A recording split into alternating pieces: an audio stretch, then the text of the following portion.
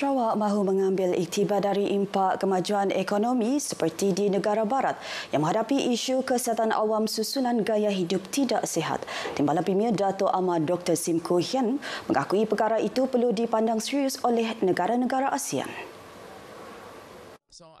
Beliau yang juga Menteri Kesihatan Awam, Perumahan dan Kerajaan Tempatan berkata pengambilan makanan tidak seimbang dan gaya hidup tidak sihat menyebabkan peratusan penyakit tidak berjangkit meningkat. Ini termasuk darah tinggi, kencing manis dan obesiti. Peningkatan itu juga secara tidak langsung akan meningkatkan kos perubatan dan penjagaan kesihatan awam sekurang-kurangnya 15% daripada keluaran dalam negeri kasar KDNK.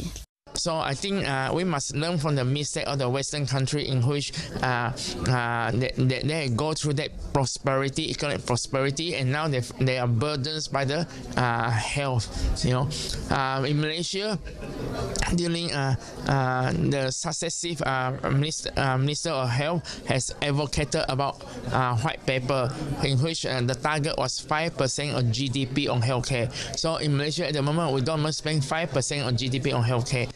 Tambah Dato' Amar Dr. Sim, Sarawak akan fokus kepada sistem perkhidmatan perubatan dan penjagaan kesihatan pada perbincangan persidangan ASEAN 2025. Beliau berkata demikian ketika ditemui pemberita pada program Semurni Kasih Keluarga at LPPKN Sarawak di Kuching. Turut hadir Menteri Pembangunan Wanita, Keluarga dan Masyarakat Dato' Sri Nancy Shukri dan pengurusi LPPKN Dato' Sri Rohani Abdul Karim yang dilantik semula memegang jawatan itu berkuat kuasa semalam sehingga 17 April 2027. Sementara itu, Dato' Amar Dr. Sim menerusi catatan di Facebook berkata, kerajaan negeri berharap pelaksanaan projek Pusat Kanser Sarawak dapat disegarkan. Ia susulan keperluan mendesak bagi rawatan penyakit kanser di negeri ini. Katanya pada tahun lepas lebih 3,000 rakyat Sarawak dikesan menghidap kanser, manakala 25,000 lagi rakyatnya menerima rawatan susulan di Hospital Umum Sarawak pada tahun sama. Oleh itu, projek tersebut perlu dilaksana segera.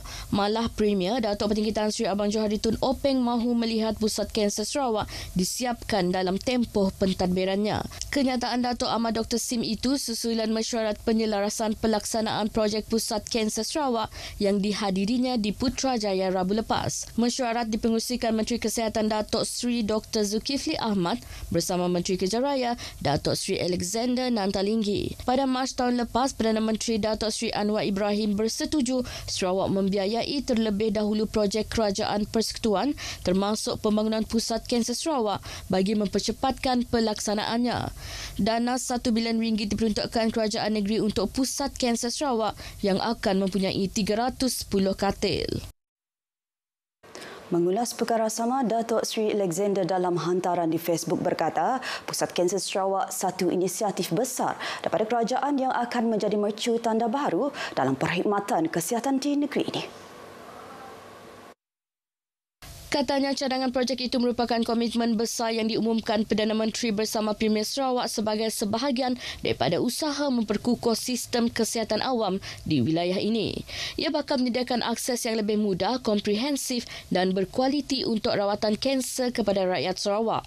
Jelas beliau, mesyuarat penyelarasan tersebut memfokuskan beberapa perkara utama bagi memastikan kelancaran perancangan dan pelaksanaan projek. Ini termasuk penetapan skop projek iaitu memastikan fungsi, kapasiti dan kemudahan yang akan dibangunkan benar-benar memenuhi keperluan rakyat. Turut dibincangkan status pemilikan tanah dan penetapan garis masa pelaksanaan projek agar pembangunan dapat dirancang secara tersusun dan mengikut jadual. Komitmen bersama Kerajaan Persekutuan dan Kerajaan Negeri akan menentukan kejayaan pelaksanaan projek itu nanti. Lawatan Presiden China Xi Jinping ke Malaysia baru-baru ini bukan sahaja akan mengukuhkan kerjasama dua hala tetapi juga meningkatkan prospek ekspor bagi sektor penting. Ini termasuk ekspor minyak dan gas serta minyak kelapa sawit sambil membantu Malaysia mempelbagaikan pasarannya.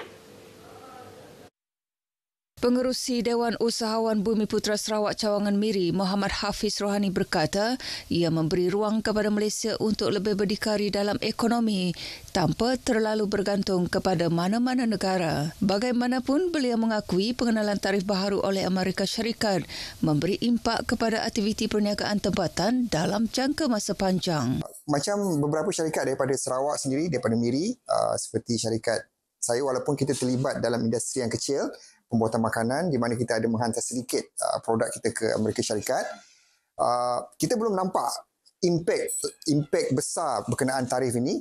Namun sebagai syarikat kita masih berhati-hati kerana kita tahu kesan-kesan ini tidak nampak dalam masa yang singkat. Justru beliau menyifatkan lawatan tersebut satu kepercayaan China terhadap Malaysia sebagai rakan dagang utama di rantau ASEAN, terutama dalam mendepani ketidaktentuan ekonomi global. Beliau berkata demikian kepada pemberita pada Rumah Terbuka Aidilfitri di kediamannya di Miri.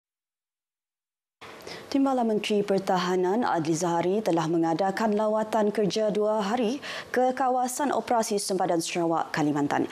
Ia bagi mendapatkan pendedahan dan gambaran jelas berkenai operasi di sempadan Malaysia Indonesia dalam operasi jaga kawan. Kementerian Pertahanan dalam satu kenyataan memaklumkan lawatan yang berakhir semalam melibatkan Pos Padaleh, Pos Gabungan Malaysia Indonesia Kem JPG Bakalan dan Pos Bario. Beliau telah diberikan taklimat termasuk status instalasi markas dan kerja-kerja penyelenggaraan yang sedang berlangsung di kawasan operasi. Lawatan itu salah satu aktiviti di bawah tonggak pertama strategi pertahanan negara iaitu cegah rintang berpadu seperti digariskan di dalam Kertas Putih Pertahanan 2020-2030. Dalam pada itu, Adli turut berpeluang menyantuni warga tentera darat Malaysia yang bertugas di perbatasan. Beliau turut menghadiri majlis ramah mesra bersama dengan agensi keselamatan setempat dan penduduk kampung berdekatan di sekitar daerah Bario di samping menyantuni 2 keluarga veteran ATM menerusi program Peduli Veteran Madani di daerah Baram. Institusi Pendidikan Islam berperanan penting sebagai pelengkap sistem pendidikan arus perdana. Di Bintulu terdapat beberapa institusi pendidikan Islam bersendirian ditubuhkan seperti Sekolah Rendah Islam Tahfiz Darul Hidayah dan Madrasah At-Taqwa. Ahli Dewan Undangan Negeri Jepak Iskandar Turki berkata institusi berkenaan beroperasi di bangunan martabat yang diuruskan Lembaga Amanah Kebajikan Bintulu Lakip. Beliau yang juga pengurusi Lakip berkata kedua-dua institusi itu telah berperanan sebagai pendidikan Islam yang aktif dan produktif. Pencapaian tersebut hasil kerjasama erat antara Jabatan Agama Islam Sarawak dengan Institut Pendidikan Islam Persendirian serta komuniti setempat.